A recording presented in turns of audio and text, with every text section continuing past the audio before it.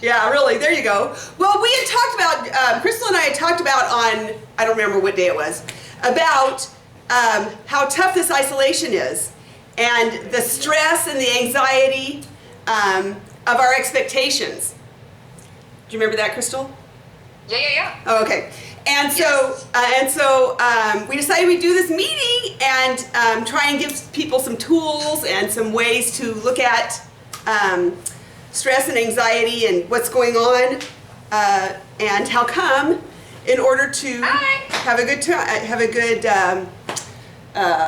outcome from this situation. You know, the other day I was talking to Scott, who's finally home, and I was saying about he and Scotty both are would be in danger if they got ill from this. And I said to him, you know, I was really concerned about him bringing it home. And I've got an N95 mask I wear everywhere. I got gloves, I got Clorox, I got, wipes, all this stuff. And I was stressing myself out about what would happen if the two of them got sick. And I hadn't done that before. Now I was just kind of, knew it was there and stuff. And I realized that a lot of that I hadn't given to the Lord. So I wrote a blog, in fact, that I'm going to publish today. I haven't published it yet, about how come we're so stressed out with ourselves in isolation and what's going on inside our heads, that kind of thing. Yeah. Cool. And Carol, I just wanted to introduce you to a few people who are on here. Okay. I don't know if you've met Renee. Where's Renee? Where are you, This is Renee Reinhardt. Hi, Renee. Yeah. Hello. Hi. Nice to meet you. I think I've seen you before. I've met you before. Oh, yeah, maybe so. Yeah. And then, have you met Monica? Monica, have you met Carol yet? Monica. No, I haven't actually. Sorry, I was trying to unmute you. Yeah, I know. Hi, Monica. Hi. It's nice to meet you. I feel like I know you. Yeah. So I'm honored to finally meet you in person. Oh, Well, thanks. personally. Aw. And then Melissa, have you guys met Melissa? Probably not, huh? Where's Melissa? Melissa. Oh, joined hi. us for You're something. Jeff and Mel. Hi, Melissa. Yes. Are you muted? Oh no, I'm not muted. I just realized. I thought I was. Oh. Oh, okay. Yeah. So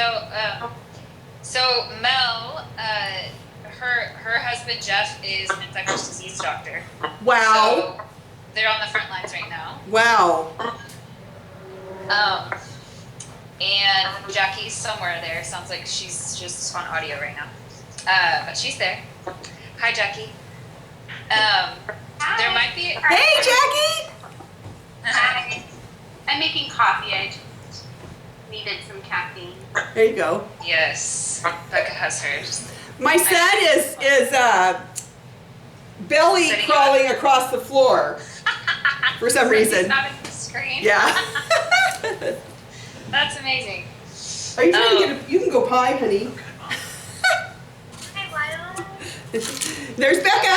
Hey, Becca. Okay, so there's like 2 more people, but we can just kind of let them come in late, perhaps. Hi, Glory. Hey, Glory. Hi, Pumpkin. Oh, hi, Karen. Karen just joined us, and Carol, you've met Karen. Karen, are you unmuted? Are you unmuted, Karen? No. Hi. Hi. Hey, Karen. Hi. We're introducing. Yeah. Hi. We've met before. Yes. Hi, Karen. Welcome. Yeah, welcome. Thanks. Oh. Okay. Oh, hi. So, hi. Good to see you, friend. Wait, so I can't see everyone all at the same time? Yeah. At the top right corner, you can click speaker view or gallery view. If you click that gallery view, then you should be able to see her. But if you're on your phone, probably that won't work. Okay, I'm not going to touch anything. Yeah, if you're on your phone, you can only see 4 people at the same time, and you have to scroll left and right to whoever you want to see. Okay, gotcha. I just But want you to guys say, can see me. I just want to say that it's such a wonderful miracle that Crystal and Carol were able to pull out something technological.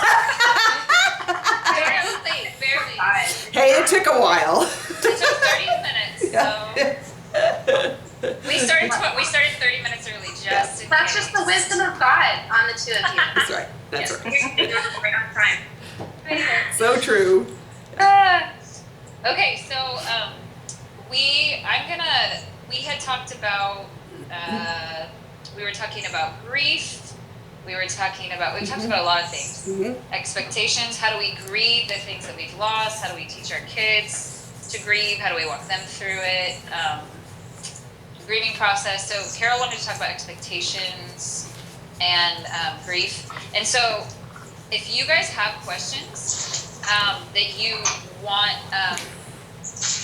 I don't really exactly know how to do it. At first I thought, I'll just host and then you guys can text me messages, but really you can just ask questions. Since there's not too many people on here, unless you have a different idea. Jackie, you have it. There's a chat feature. Does everybody see that? Okay, well, then never mind. We can just use our audio. Yeah. Yeah, the chat, I don't know. I haven't had a ton of success with chat so far, but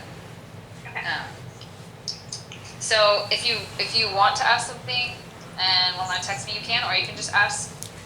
Does anybody have any things to start off with? Let's just even start off like right away questions that we might have. Nobody really sent me any questions specifically, except for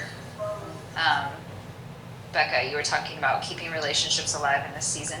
Yeah, but I realized that's not about parenting, so Yeah. totally fine. We did not need to touch on that. We can shelf that one for now. That's great. I do have one question, but I don't know if is this specifically for parenting? It doesn't have to be. It can, you can. It probably I was might. just wondering if. Well, let me think about it. Hold on, let me think how to form the question. Okay, go ahead. Okay. Maybe you might answer it. Actually. Okay. Well, let's talk a little bit. Let me ask you some things.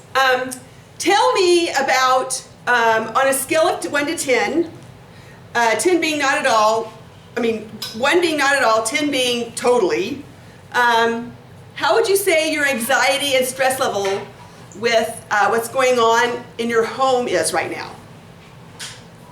Like What's going on in our home? Yeah. As opposed to what's going on in the world. Right, or like in teaching your kids, or in your husband being home all the time, or my kid is 33, 32, something like that, and Scott's home all the time, and I am secretary, and I'm doing all these things that I wasn't doing before, and so my stress increases quite a bit. So I can't imagine with kids home and teaching them or that kind of thing. Tell me what some of the stresses are you guys are experiencing, especially with your kids.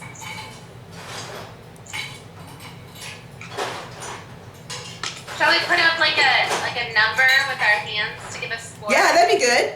Yeah. Look at this. Okay, there's a 7, 8, 7, 8, 7, 8 for Jackie. I don't have Jen's a fingers. 5. Yeah, Oh, I can't do Crystal's figures, a but I would 9. say it's an 8. 8. Okay.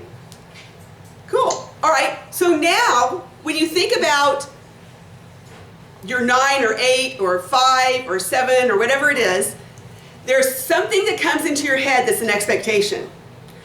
I should be, I must be, something's going on. That's a thought going through your mind. So think for a minute about what kind of expected thought you're having, okay? There's something back there, okay, that's creating the stress. We often think stress is because of some external event. Stress is because of this virus. Stress is because my kids are home. Stress is because I'm supposed to be a teacher now. Stress is because of whatever.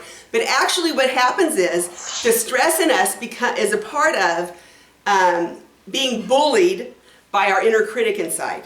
It's what we're saying to ourselves, or what we've been taught to say to ourselves, that's creating the stress. For instance, let's say you get on Facebook and you find out that some mom has created a whole classroom that's just adorable with, $5 of stuff from Dollar Tree and supplies she had at home. And her kids are sitting there all nice and having a great time, and they're all having so much fun. And you would say what about that in comparison to what you're doing? Then I'm a failure. I'm a failure. I must be a failure. Yeah. I can't do that, so I'm not gonna try. What's that? I'm not going to try. I can't. So won't try. Okay. What else? How about when your kid has a math problem that you don't even understand? Anybody there? Oh Oh, yeah. that was me yesterday. Yeah. And what did you say to yourself? I am not equipped for this. I'm not equipped for this. Okay. Anybody else? Like I want, like my kids to have better than, or like, Yeah. You want what? like my kids should have better than this. Like Okay. I want them to have the best. Okay, my kids should have better than this. Does anybody fortune tell, like, uh-oh, they're going to go back in September, and everybody else has got it together, and my kid's going to still need to be in the grade of last year? Anybody do that? I actually thought about that, like, my kid's gonna have to repeat this school year again. Okay. Repeat school year. Okay.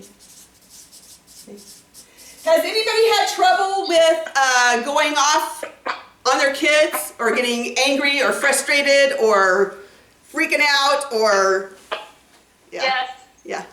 Anybody had that problem because they think their kids are not cooperating with that needs to be getting done, and how this is supposed to be, we're supposed to be in control of this and doing this? Yeah. Yes, okay. So we've had anger issues about it. What you guys were describing were anxiety issues. Anybody feeling depressed yet? From it all? A little down from Yes. I'm not sure. Okay. Probably. Okay, I will tell you that within another month, you will be, if we stay on this course. Okay? Because what's happening is that we have an expectation, something playing in our head, and expectations have everything to do with the little bully inside. See, when we were little, if we had a demanding kind of parent, or a parent who needed us to look a certain way for us to feel good about ourselves, for them to feel good about themselves, or wanted us to act older than we really are, or required something of us that we couldn't do but expected that we should, what happens is we had a parent who was demanding, or perfectionistic, or controlling. And what we did with that information is we started creating our own voice, our own inner critic, our own bully in our heads that took over when we left our parents' house. So if I should be a certain way, and I should on myself, so I'm saying, well, I should have this. I should know how to do this. I should keep this all together. My kids should. It's either I should, my kids should, somebody else should, or the world should. Okay? So when I do a should, or a must, or an ought, or a have to, I am bullying myself. Now, who would allow a bully to be in their house with them? Who would allow somebody to be bullying their kid? Anybody? I can remember once my son in 3rd grade had this favorite pen that cost like, I don't know, $6. Was a lot for a pen, a writing pen. And some kid took it from him and took it home. Do you know, this is so embarrassing. I got my son in the car, we went to the kid's house, had him knock on the door and get his pen back. And it was because I was so set on my son not being bullied. So I'm going to become the bully to that kid to give him his pen back. You know, it was just, okay. But anyway, I would not allow bullying in my house. Anybody here allow bullying in their house? No. Okay? But what we do inside our head is we allow ourselves to be bullied by this inner critic, this voice we took on as a kid that tells us what we should, must, have to, ought to do. And those create expectations. If I say right now, Everybody should put their pen down and listen really carefully to me.